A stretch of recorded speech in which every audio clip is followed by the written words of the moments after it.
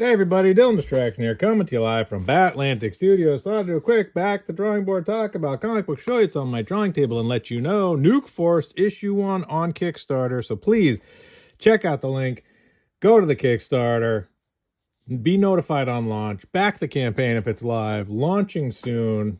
I'm excited, a little nervous. The thing about doing these Kickstarter campaigns, I've done quite a few of them, but every time it's stressful. You never know how things are going to go. You hope people like what you've been working on. I'm thrilled to have Nuke Force ready to go. Thrilled to be on Kickstarter again. I need your help to get it funded, so please help me hit goals so we can continue to make Nuke Force comics. I love the series. I love the work I'm doing, and I'm really excited to share with you. So I wanted to kind of take you through a little bit of the process of how I would make some comic book pages. So I've been using these Canson sketchbooks, and I really like them. I think it's a really fun little size. It lays flat, which I like quite a bit for scanning pages, and I can take them pretty much anywhere. They're 8.5 by 11. They're rather portable.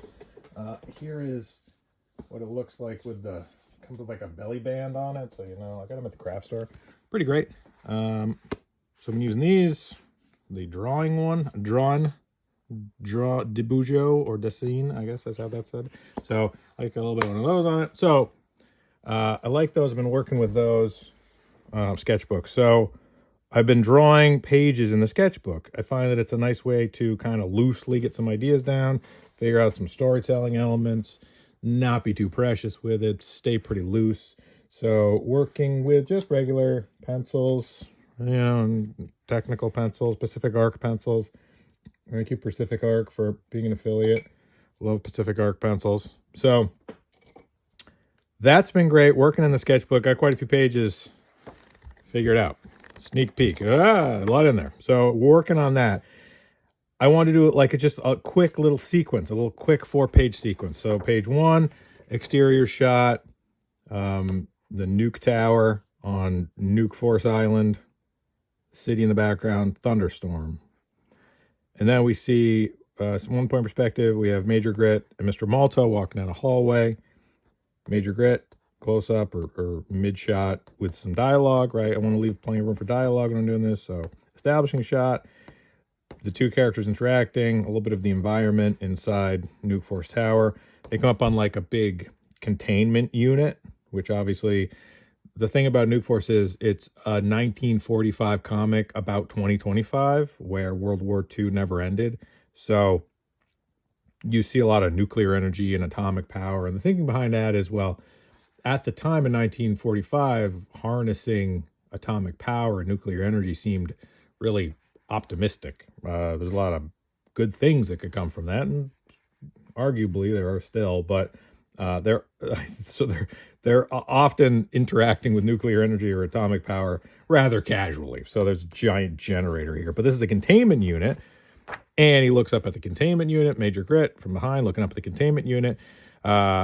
Inside the containment unit is an ape that has been suspended in like nuclear waste and goo and by wires. They're talking about how they're experimenting on animals casually. Again, 1945, they wouldn't think anything about, oh yeah, of course we're going to just experiment on a space monkey. That was what they did. So I don't adhere strictly to a 1945 sensibility, obviously, but for some things I think there's kind of some fun kitschiness about, like, yeah, we got this monkey and he's suspended in toxic waste, hooked up to a bunch of wires, and then they talk, Mr. Malto and Major Grit, like, yes, we're working on trying to figure out how to cure Mr. Malto of the condition he's put himself in. They're both scientists, so they're able to kind of use technology and nuclear energy to try to figure out what would happen when something gets irradiated. Major Grit goes to the control panel, turns a dial. Suddenly, lightning strikes the Nuke Force Tower on Nuke Force Island. I don't know exactly what I'm going to call that. Boom, big explosion, right? Two major characters thrown. Then we see Mr. Malto kind of digging out of the debris, covered in the goo from inside the containment unit. Major Grit, foreground, says like, uh-oh, that wasn't supposed to happen. Mr. Malto points, says, look. We see a shadowy silhouette bust out of the debris, covered in goo, and it's a radioactive monster gorilla with robot tentacle arms, right? So that's how I create a quick little sequence. Did I write a script? No. I had an idea for what I want, establishing shot, setup, you know, a little bit more background about why they're doing what they're doing.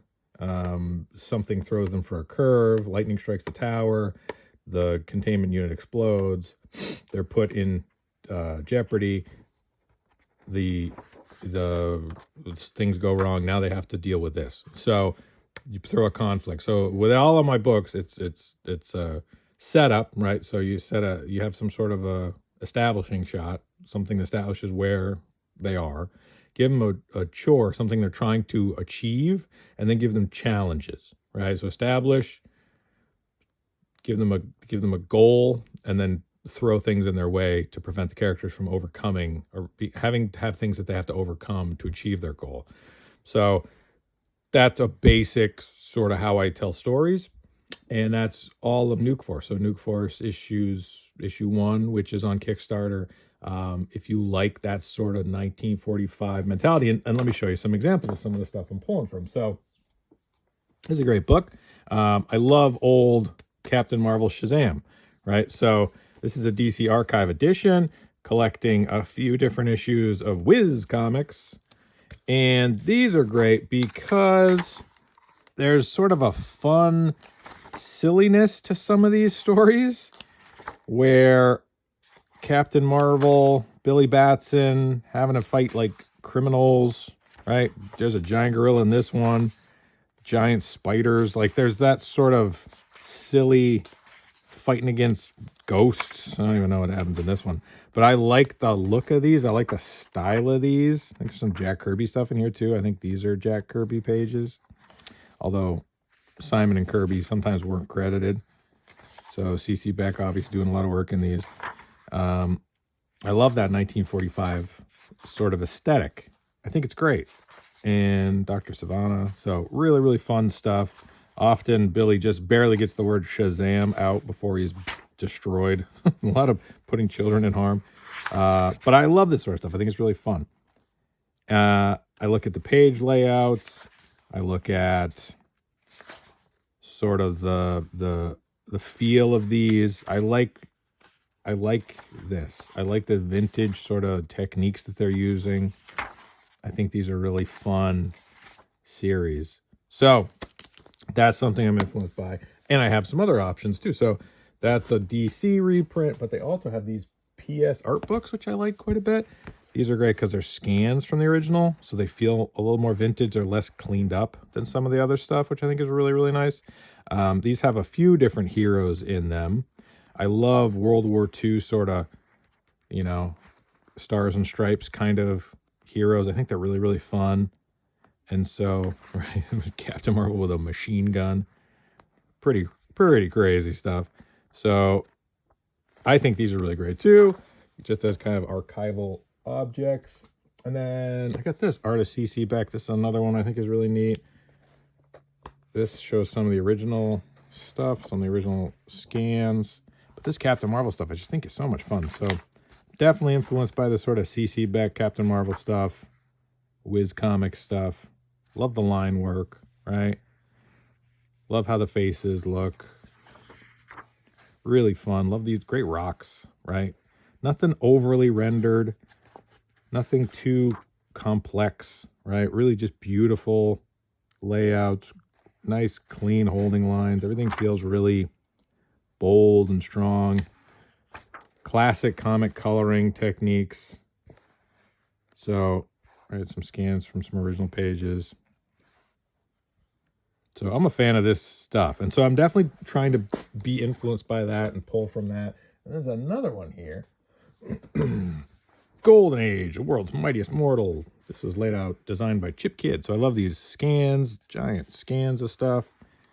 And this was how popular Captain Marvel was. Whiz Comics, Captain Marvel was back in the 40s. Just massive. Hugely successful publishing initiative until it was all changed. But I love this stuff. Cool to see how much of an effect it had on readers and young readers at the time. So obviously I'm not pulling directly from that sort of stuff, but you can see with this sort of storytelling, trying to keep it kind of classic like that. And I think that that's a fun sort of look.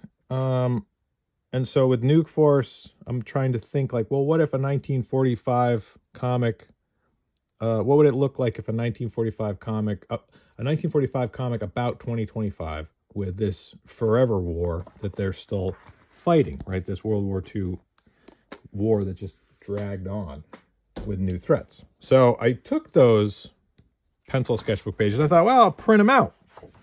And so I got page 1, 2, 3, 4, printed them out with more accurate live area and bleed and trim.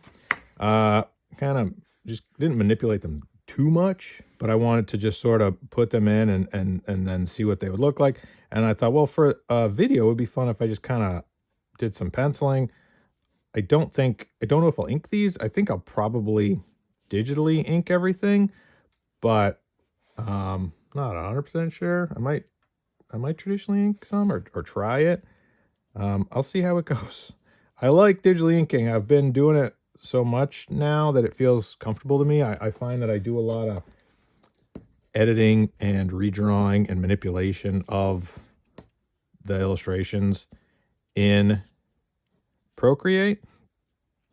And so not having that, it feels like a bit of a high wire act that, you know, inking is just such a discipline in and of itself that I think that it's important that I like when there were just inkers and just pencilers and it was more of an assembly line, that everybody had their specific role. I think that a lot of great art came out of that, and I like inking myself. I don't think I'd work with an inker. I don't know if there's any inkers that's even a thing anymore, but well, obviously it's still a thing. I mean, Sandra Hope is incredible. Richard Friend's he's not doing it anymore currently, but he was obviously a really great inker. Scott Williams. So I know inking is still a thing, but it's just that often now everybody's just working digitally, and the penciling and inking have become kind of one project that having specific penciling and inking roles seems kind of old-fashioned maybe, or outdated, which is too bad, because I think I like the idea of having pencilers and inkers. But I thought I'd pencil some stuff and just see how it goes, because I like being able to do videos and being able to show process, and I thought showing penciling process would be fun. So this is how I would pencil a page. My pencils are not super tight, pretty loose, even when I'm going over blue lines. But the one thing I would like to make sure I do is put in borders, right? So for doing borders, I got a couple of different rulers. I got this one, which I like because I can see through it. I put blue tape on it just so it wouldn't slide around too bad. But you can do, you know, sides. It's not super huge and daunting that it's overwhelming. But then for other borders, I got mapping ruler, which is great. So say I want to do like lines off of here, right? So I line up to these ones. It's weird that there's these marks here, this mark here, but where's the mark? I guess I didn't put them on these blue lines. I don't know where I got these blue lines from, but whatever. So I'll put them in myself. So, right, give you that area.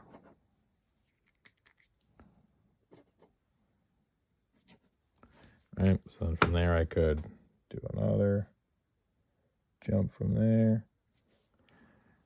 All right, so say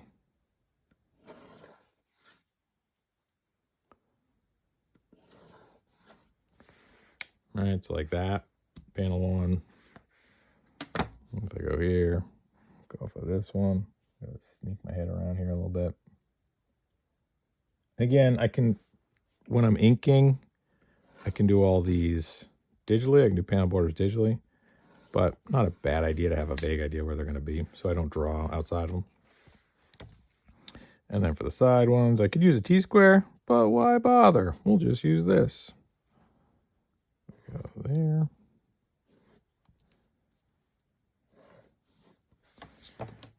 One, two, three, four. I think that makes sense. Looks good to me. Looks parallel-ish.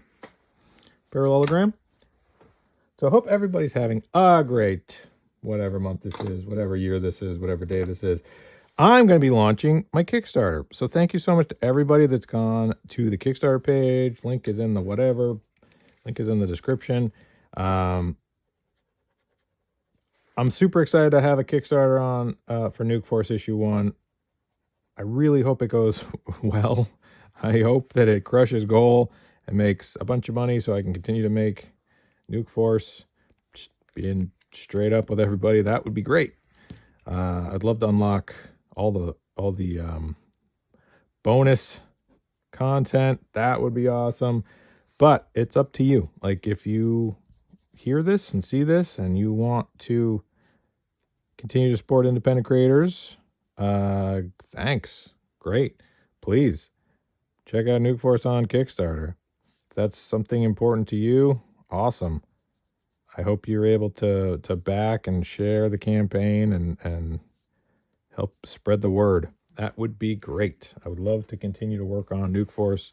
I need your help to hit goal so that I can make sure that the project funds and I can keep working on it. So hopefully you like what you see. You kind of understand where I'm trying to pull off here.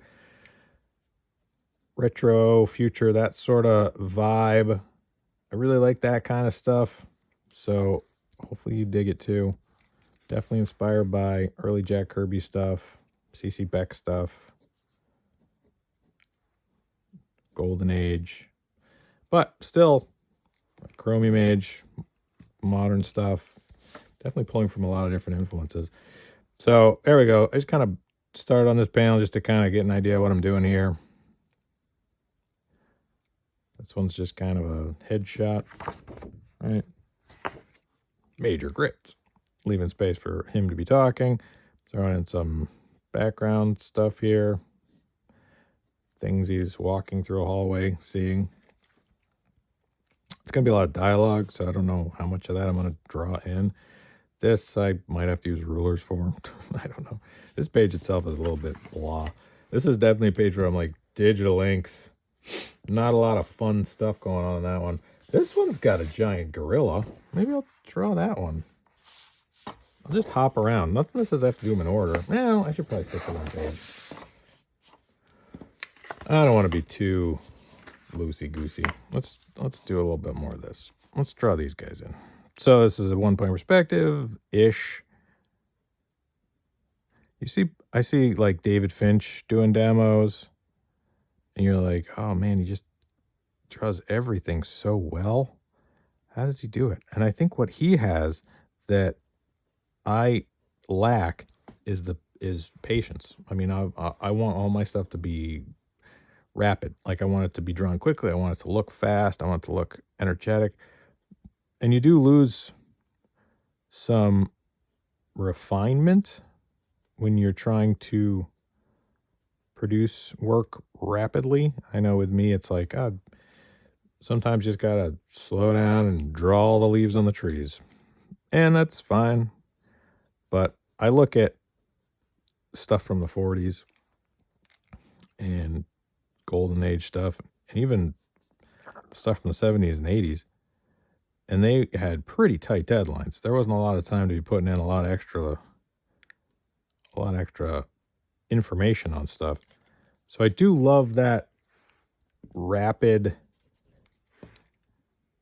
deadline-driven style, right? Like, you look again, right? Some of this Captain Marvel, Shazam stuff, right? Rooms were, a couple of squares. I like that. I think it looks neat. I think it reads well. I think it reads fast. They're obviously trying to hit really tight deadlines. It's a lot of mid shots, not a lot of extreme close-ups. A lot of full figures, right? Full figure, full figure, full figure, full figure, full figure. I definitely differ from that.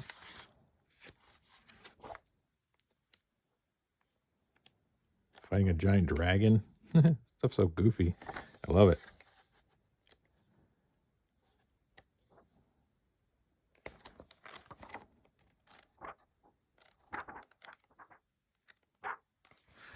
So when trying to get inspiration, it's like, yeah,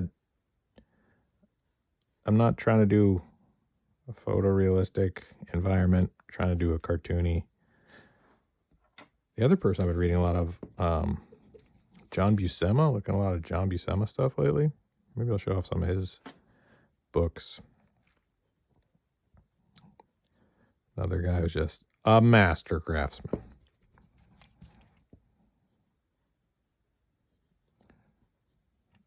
All right, this is Mr. Malto. One nice thing about going through and giving this another pass with graphite, though, is that when I do ink it, a lot of the decisions are made at that point, and I like that. You know, to opposed to like trying to wing it. It's like, no, I've already figured out like where things are structurally, and so the inking becomes less of having to problem solve and more of just being able to embellish line weights and textures.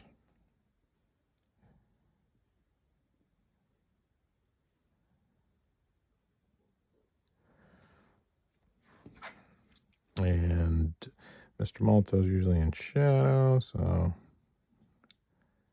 that.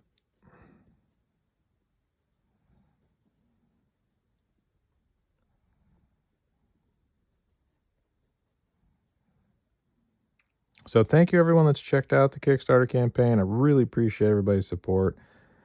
Thrilled to have the book, Nuke Force Issue 1, ready to go. Really excited for everyone to get it and see it. Campaign's only 30 days, so grab it while you can, because, you know, printing and shipping, not cheap. So, you know, the quicker we hit goal, hopefully we can grab some stretch goals. Hopefully everybody gets a bunch of additional items sent to them when they back the campaign. That would be awesome. So the nice thing also is that since I'm not penciling this for an inker, I don't have to be super precise about what I'm drawing. I've looked at, you know, like I don't want to have to, like Doug Monkey. I see his pencils and they feel really loose, but it's like, man, he's drawing that for an inker. It's like, wow, that must be really challenging for an inker to have to decide, like, what's Doug intending here? But with me, I'm like, I know what I'm doing. I'm just giving myself notes for the future. This is future Dylan's problem. Future Dylan's got to figure all this out.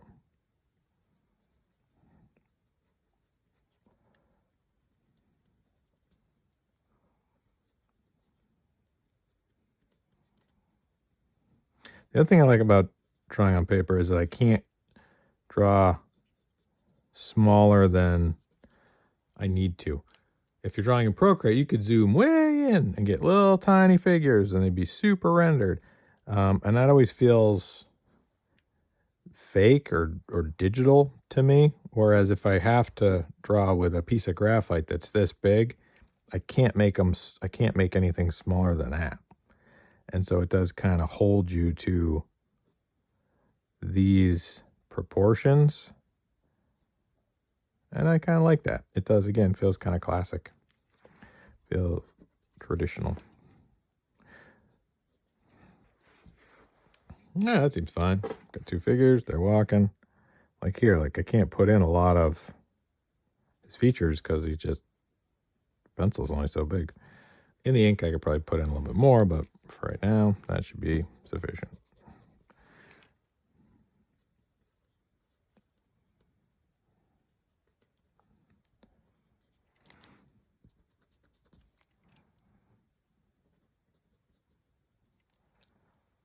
Cool. That looked good.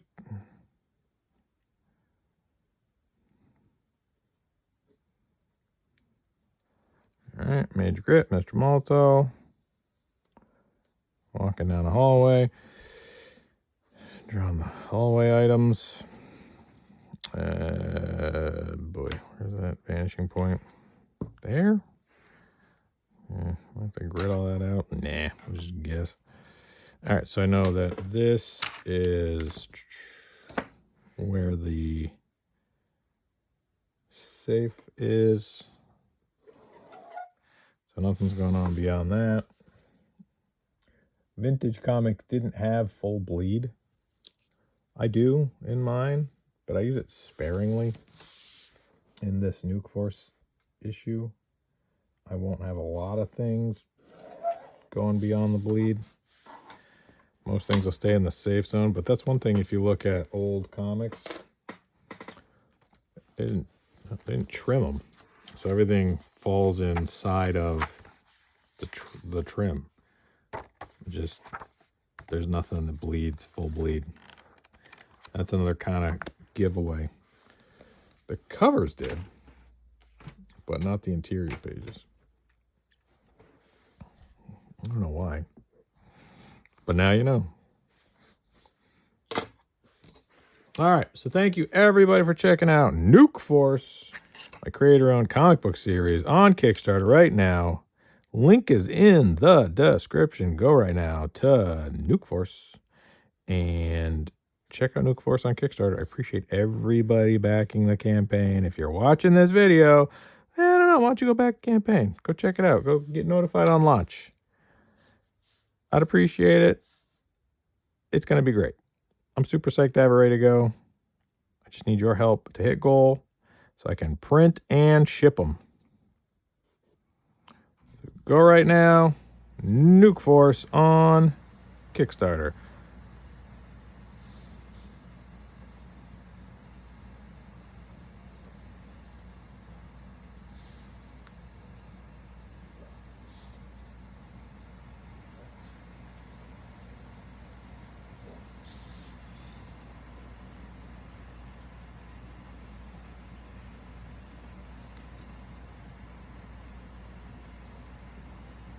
I'm going to draw this in. Okay, thanks. Bye.